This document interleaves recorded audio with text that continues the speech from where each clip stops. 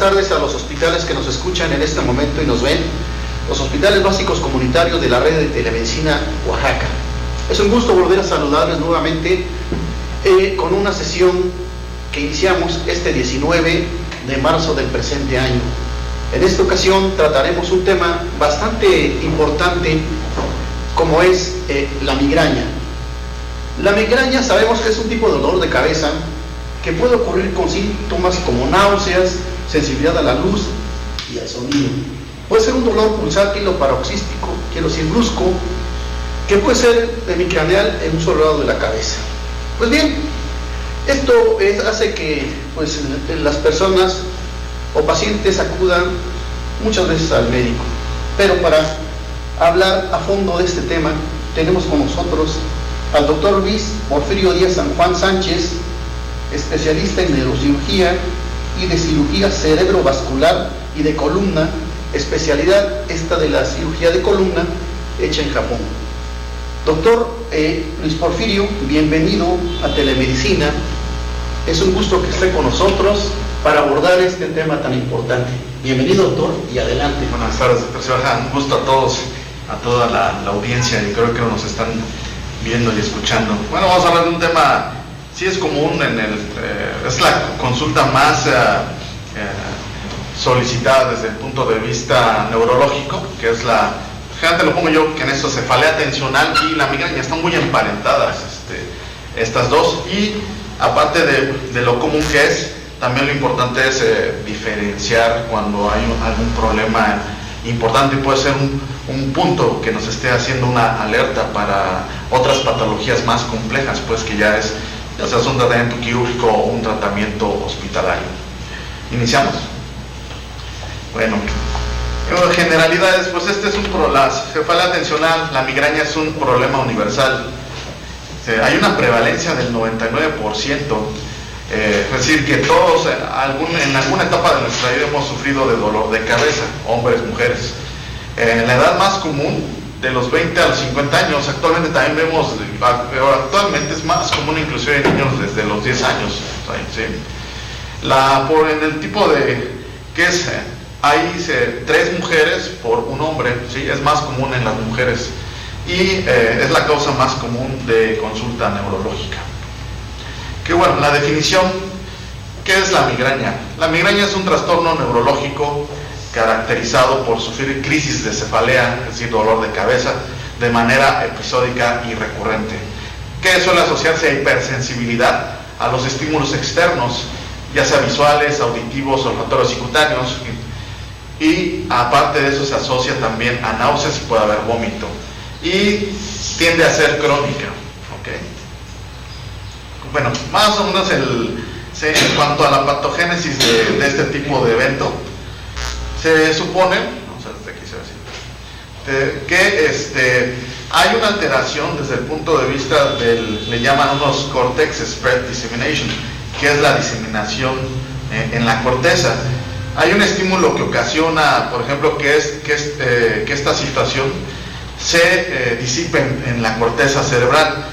Desde el punto de vista de las bombas de sodio y de potasio, se supone que hay un flujo de todos estos metabolitos junto con el calcio, y todos estos a su vez lo que generan es una vasodilatación. Se ha visto que la vasodilatación en el cerebro viene después con una vasoconstricción. Al hacer estos cambios tan bruscos, se cree que eso es lo que genera que haya ese dolor de cabeza. Esto a su vez es captado por distintos centros en el cerebro, ya sea el locus coeruleus, también por parte del sistema trigeminal. Sí, el trigémino es de los nervios más grandes que van en todo el tallo cerebral, y entonces esos generan reacciones, generan el dolor, generan también las molestias desde el punto de vista de la visión. Por ejemplo, la gente tiene molestias para ver, le molesta la luz, o puede tener los llamados acúfenos también en el oído, pues, ¿no? Entonces esto es parte de la patogénesis. ¿Sí?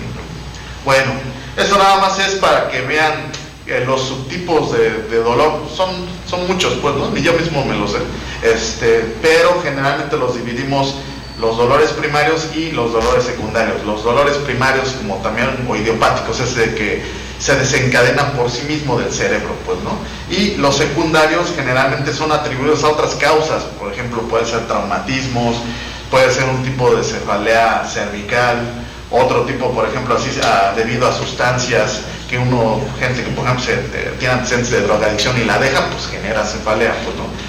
A lo que vemos, todo nos puede generar, inclusive actualmente yo creo que aquí en nuestro estado hasta a cefalea del tráfico, pues, ¿no? Que bloquean 5 días de la semana, pues nos da hasta cefalea, ¿no? Entonces es muy fácil desencadenar este tipo de malestares, ¿ok? Bueno, ¿qué factores tenemos asociados a una migraña o a la cronificación? Uno refiere en la edad, ya les mencionado, de los 20 a los 50 años, pero actualmente ya hay niños desde los 10 años que pueden tener este dolor de cabeza. Antecedentes de migraña en la familia, que sean de sexo femenino, pero pues no es tampoco que porque seas mujer te va a dar, también en los hombres les da. Eso de la raza, pues también no le hagamos caso, nos da de todos los colores y sabores. El estatus socioeconómico, que igual es muy relativo, ¿no? Nosotros nos toca ver gente de recursos abundantes con cefalea, pero gente también de escasos recursos con cefalea, pues no es un problema universal.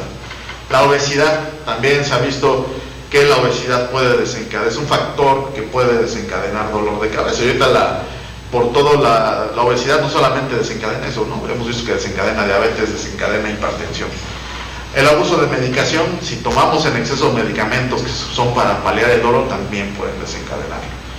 Eventos estresantes, pues le digo, alguien dice que actualmente la vida tiene más de moderna que de vida, ¿no? Entonces estamos envueltos en todo ese estrés. Gente que padezca depresión o ansiedad también lo puede desencadenar. La alodinea, que no es que otra que sentir un dolor más fuerte de lo que realmente es, ¿ok? El foramen oval permeable, esto es de tipo cardiológico, y estados proinflamatorios o protrombóticos, por ejemplo, pacientes sobre todo con patologías del tipo reumatoide, ¿ok? Bueno. Nosotros podemos dividir la migraña en cuanto al tiempo en infrecuente, frecuente y crónica. Lo infrecuente es menos de un ataque por mes, frecuente es de 1 a 14 veces al mes, y crónico se habla de más de 15 días al mes, ¿sí? Generalmente nosotros nos encontramos muy frecuente en la consulta frecuente y tipo infrecuente, ¿ok? Vamos a hablar un poquito del cuadro clínico. Unilateral se da en el 60% de los casos, pues, ¿no? Pero también puede ser bilateral hasta en un 40%, o sea, no es bajo.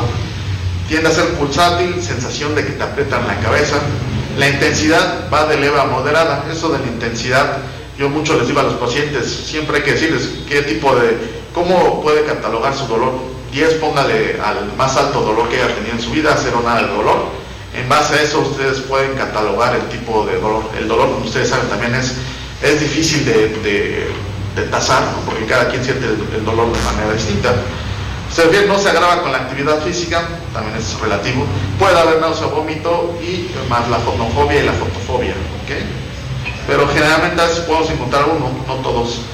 Aquí nada más para que vean un ejemplo más o menos en cuanto al tipo de molestias. Por ejemplo, cuando hay un dolor, un tipo de diagnóstico diferencial es con la sinusitis, ¿no? El dolor que antes, la sinusitis, va pues en sobre todo donde pasan el trayecto de estos mismos, ya sea frontales, ya sea en la porción también de los maxilares, y generalmente tiende a ser bilateral, ¿ok? Cuando es un tipo de cefalea en racimo, pues es unilateral y generalmente se ve en el ojo, ¿ok? Cuando es de tipo tensional, pues más frecuentemente en la frente, o también puede referirnos en la porción de los trapecios, que es en la parte posterior aquí en la columna, y de migraña cuando es generalmente unilateral, 60%, pero también en bilateral hasta un 40% de los casos. ¿Qué sustancias pueden causar dolor de cabeza, migraña? El alcohol, productos lácteos, los anticonvulsivos, inclusive también hay medicamentos anticonvulsivos que funcionan para paliarlo. La cafeína, el chocolate, productos con tiramina, por ejemplo los vinos, cítricos también, los antihipertensivos también, metoprolol, captopril, el que ustedes gusten. Los AINES, sin embargo, también recordemos que los AINES y NIS también sirven como tratamiento. Bueno, yo al final lo pongo, ¿qué puede dar cefalea? Pues todo, ¿no? Esa es la realidad, ¿ok? Bueno, en cuanto al tratamiento, ¿qué tipos de tratamiento tenemos? Bueno, primero intentarle uno no farmacológico, es decir, irnos desde el punto de vista conductual, antidepresivos o tipo de retroalimentación, es decir, todo aquello que le pueda ayudar al paciente, como por ejemplo que recomendamos, pues por ejemplo vayan a saber, si pueden viajar, pues vayan a ver un país donde esté relajado, váyanse a la sierra, que está muy bonito por acá. Ir, por ejemplo, acudir a ciertas reuniones sociales, también eso puede ayudar. Si no son tan sociables, pues bueno, pueden ir a, por así decirlo, tomar, hemos visto que hay terapias alternativas, ¿no?, que le pueden ser la acupuntura bien establecida, y puede ir uno también a grupos de retroalimentación, pues, ¿no?, así como hay de, no sé, nosotros anónimos, alcohólicos anónimos, también puede ayudar un tipo de terapia de retroalimentación, para ver, y sobre todo muchas veces, como hay subyacente problemas del tipo emocional, todo eso, pues este tipo de conducta les puede ayudar. Eso iniciando, pues, si no, antes de iniciar un tratamiento farmacológico. ¿Ok? Bueno, esto nada más es para que nosotros tuvimos la oportunidad de estar un tiempo estudiando en Japón. Entonces, yo cuando estaba muy estresado con dolor de cabeza, pues me iba aquí al parque y me iba, por lo menos, mira, yo a ver las flores hay de los cerezos que se llaman comúnmente. Entonces va uno, pues se desestresan, empiezan a soñar, empiezan a ver pájaros, entonces les ayuda bastante. Bueno, en cuanto desde el punto de vista farmacológico, aquí este es un punto importante, porque muchas veces, al menos en la migraña, como tiende a ser crónica, siempre hay dos elementos que hay que tratar en la migraña, y que hay como ciertos tabús en cuanto a este tipo de padecimiento. Una es de que creen que la migraña se quita. Yo siempre les he dicho, la migraña es como la diabetes, como la hipertensión. Es crónica, puede tener cierto efecto genético. Todavía este tipo de padecimientos, como son multifuncionales o multigenéticos, o sea, no es al momento, yo que sepa, no se ha descubierto el gen culpable de la migraña, pues como la diabetes, son factores tanto genéticos como ambientales. Entonces aquí esa es una, no se quita, pero sí se puede controlar, pues, ¿no? Y la otra es, para poderla controlar, hay dos grandes tipos y que deben usarse conjuntamente. Unos le llamamos abortivos y otros le llamamos profilácticos.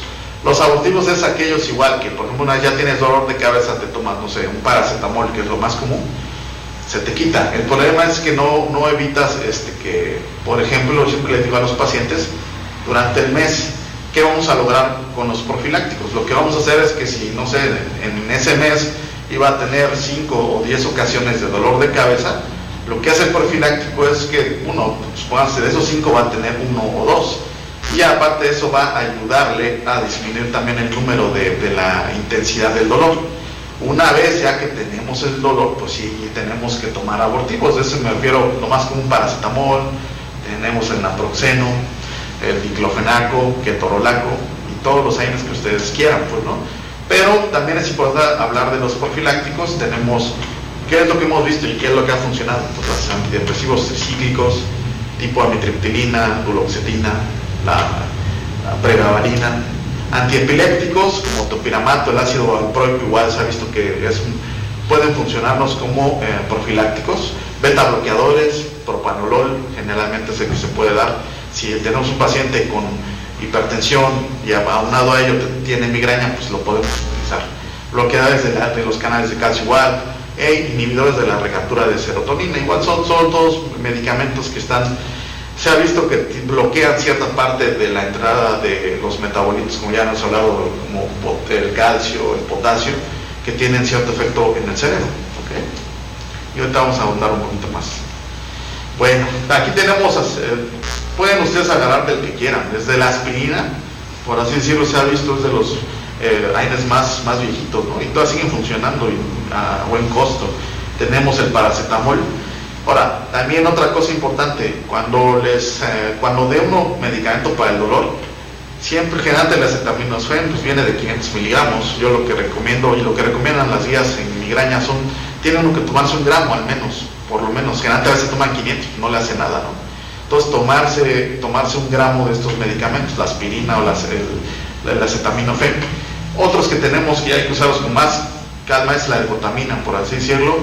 Eso generalmente yo lo dejo igual con pacientes que ya no funcionaron los anteriores. Son buenos, pero también En estos casos hay que tenerlos, yo lo recomiendo es que estén hospitalizados, porque la glutamina también te puede dar efecto de rebote o te puede dar hipertensión, ¿sí? La indometacina también ese es buen medicamento, no es fuera de que cause gastritis, pero es buen medicamento. Las dosis igual de 50 miligramos al menos, naproxeno 500 miligramos, estoy dando los que tenemos generalmente acá. Y el sumatriptán, ese lo podemos dar subcutáneo, vía oral, o lo podemos dar inclusive hasta intranasal. Actualmente en México me parece que los que tenemos esto todo es vía oral y tal vez vía supositorios, ¿no? Interrectal, ¿ok? Bueno, y esto me refiero, estos son los profilácticos. Tenemos desde el atenolol, metoprolol, propanolol. Aquí no sé si, bueno, les vamos a poner la dosis porque apenas si se logra ver, me parece. De 80 hasta 240 miligramos dosis diaria. Aquí están expresados en esta tabla las dosis diarias, ¿ok? En cuanto a por ejemplo, los antidepresivos tricíclicos, la amitriptilina, desde 10 hasta 100 miligramos por día, ¿ok? Bloqueadores de los canales de calcio, verapamil, los de 180 a 320 miligramos por día. Y, por ejemplo, tenemos también los anticonvulsivos. Por ejemplo, aquí la que tenemos mucho es la gabapentina, ¿ok? 900 hasta 2400 miligramos. ¿Sí? Y también vamos a tener en cuenta que también, así como tienen efectos beneficiosos, también pueden generar efectos adversos, ¿no? ¿Ok? Tenerlo nada más en cuenta.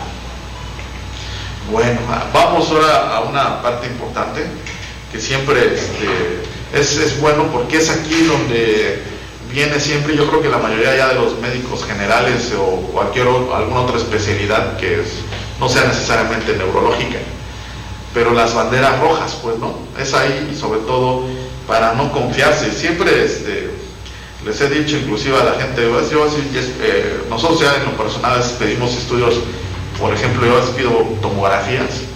Sí es cierto, y bueno, hay reportes que pueden causar radiación, todo eso, ¿no? Pero también les he dicho de que si en un paciente que tienes por datos clínicos de que es una cefalea que no se contiene o que ya a pesar del tratamiento no se quiere quitar, pues hay que hacerla, pues, ¿no? Porque, o sea, sí es cierto, tenemos que guiarnos también en economizar recursos y todo eso, pero también tenemos la otra vertiente, es de que actualmente la gente quiere que se le trate con justo derecho como individuo, ¿no? Entonces deja uno de ser estadística, ¿no? Y si en esos, de cada 100 pacientes, 5 te iban a causar algún problema, pues esos 5, dentro de esos 5 puede estar el paciente que te toca a ti. Bueno, ¿cuáles son las banderas rojas que le llaman, ¿no? Como en el mar.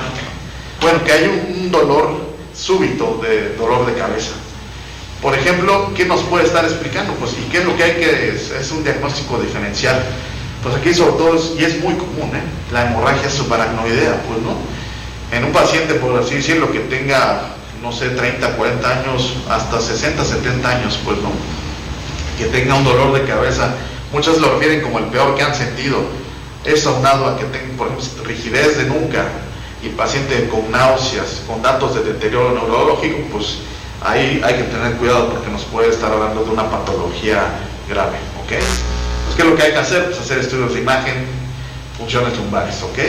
Bueno, un paciente que inicia, por así decirlo, con dolor de inicio igual repentino después de los 50 años, aunado a papiledema, pues ¿qué nos puede enseñar eso? Pues bueno, que puedan tener una lesión cerebral, ya sea un tumor o ya sea un sangrado, ¿ok?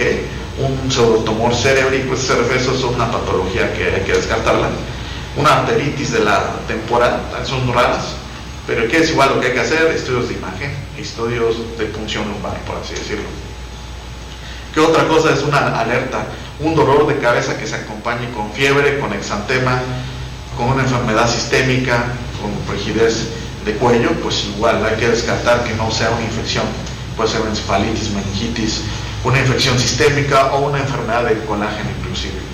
Y aparte, por ejemplo, pacientes igual que tengan infección por VIH y aunado a un dolor de cabeza de reciente inicio, pues descartar igual un proceso infeccioso desde el punto de vista cerebral, un absceso cerebral, ¿ok? O la otra es un dolor de cabeza que tenga un patrón que vaya en aumento. Esto, sobre todo, por ejemplo, pacientes que con hematomas subdurales, pues bueno, son gente que se golpea, a veces ni siquiera se dan cuenta con qué, pero a los 15 días al mes empiezan con dolor de cabeza o con hemiparesia. Entonces es otro dato que hay que tener en consideración, ¿okay? Esas son las banderas rojas. Y bueno, un poquito de estudios para que los vean. Esta, por ejemplo, igual, lástima que no se, bueno, aquí se alcanza a ver, del lado izquierdo esta imagen, es una imagen típica es una tomografía, una imagen típica de una hemorragia subaracnoidea, ¿okay? Entonces aquí, es una patología que hay que tratar de la manera urgente, hacer estudios. Eso lo único que nos indica es que algo se rompió en el cerebro. Hay ciertos tipos de sangrados que inclusive no se detectan la causa, pero siempre cuando veamos esta imagen es que requieren internamiento inclusive y hacer estudios más agresivos. Del lado derecho vemos igual, esta es otra tomografía. Aquí lo que vemos es un acúmulo de líquido cefalorraquídeo, que es una hidrocefalia que también puede debutar con cefalea, ¿okay? Por eso les digo por qué es importante siempre. La tomografía sigue, yo creo que siendo es un punto de partida, no ha sido, yo creo, supeditada todavía con la resonancia, por razones de costo y otro porque es más, desde el punto de vista de tiempo es más rápido hacer una tomografía todavía que una resonancia. Y aquí, por ejemplo, estamos viendo, igual la imagen del lado izquierdo es una imagen de una resonancia magnética contrastada, y aquí lo que vemos pues es una masa, al menos por estudio, lo que pudiera corresponder a se llama un glioblastoma multiforme, que es el tipo de tumor más común en los adultos, ¿okay? Y aquí del lado derecho lo que vemos es una reconstrucción angiográfica por tomografía y de los sistemas venosos y los sistemas arteriales. Esta es una que nos tomamos ahí de Japón de hace ya casi 5 años. Fíjense el tipo de resolución que tiene. Aquí lo que vemos es un aneurisma del lado izquierdo. Se logra ver un aneurisma de la arteria cerebral media, ¿okay? Y por ejemplo, ya ir viendo, esto es otro tipo de, no sé si lo pueda correr, no sé, creo que no, ¿verdad? Si puede correr del lado derecho, bueno. Eso es una reconstrucción, me parece que sí, ¿no? Del lado izquierdo estamos viendo aquí, por ejemplo, es un tipo de cirugía que hacemos, ya no es tan común, es una malformación arteriovenosa en la parte más superficial. Ese es un nido y generalmente es un tipo de las causantes de hemorragia subaracnoidea o hemorragia parenquimatosa, ¿sí? Entonces este es uno de los tipos de patología que puedes tratar desde el punto de vista quirúrgico. ¿Sí? Estamos con un microscopio especial y son muy finas. Lo que les comentaba, la patología cerebral, ¿por qué es compleja y por qué es de tanto tiempo? Porque estas arterias te pueden sangrar como fácil, a veces medio litro en 5 minutos. Y luego el problema de que les digo en el cerebro es, al menos en patología vascular, el cerebro es de los órganos más lábiles del cuerpo, ¿no? Es muy lábil. Es muy fácil dañarlo. Y una vez, por ejemplo, que hay una ruptura, ya sea de un aneurisma o de una malformación, si no sabes, puedes causarle la muerte al paciente. Y puede ser tan cruento porque el cerebro, mal hecho una cirugía, mal clipado, se inflama el cerebro, no hay ni forma de cómo. Y les digo, te sangran, la patología vascular te puede sangrar como una aorta, no alcanzas, no lo alcanzas, ¿ok? Vamos a ver el siguiente. Bueno, pues yo creo que fuimos un poquito, vamos a mí ser rápido, de por sí generante más de 1 hora, hasta a mí me da sueño, pero creo que esto debe de servir, inclusive cuando ustedes tengan más dudas, pues envíen a los pacientes para Oaxaca, lo hablamos con el doctor Cibaja, que de los estados, ¿verdad? Yo creo que igual las hemorragias, todo eso no sé, actualmente ya para hacernos celebre ya es difícil, pues. Y aquí estamos, les dejamos nuestra dirección para cualquier comentario y algún mensaje que ustedes deseen, y con todo gusto en el espacio que nosotros tengamos, contestamos las dudas. Correcto. Muchas gracias, doctor. Gracias, un placer, doctor, un gusto tenerlo por acá, y a todos los que estuvieron con nosotros, muchas gracias. Un saludo a todos.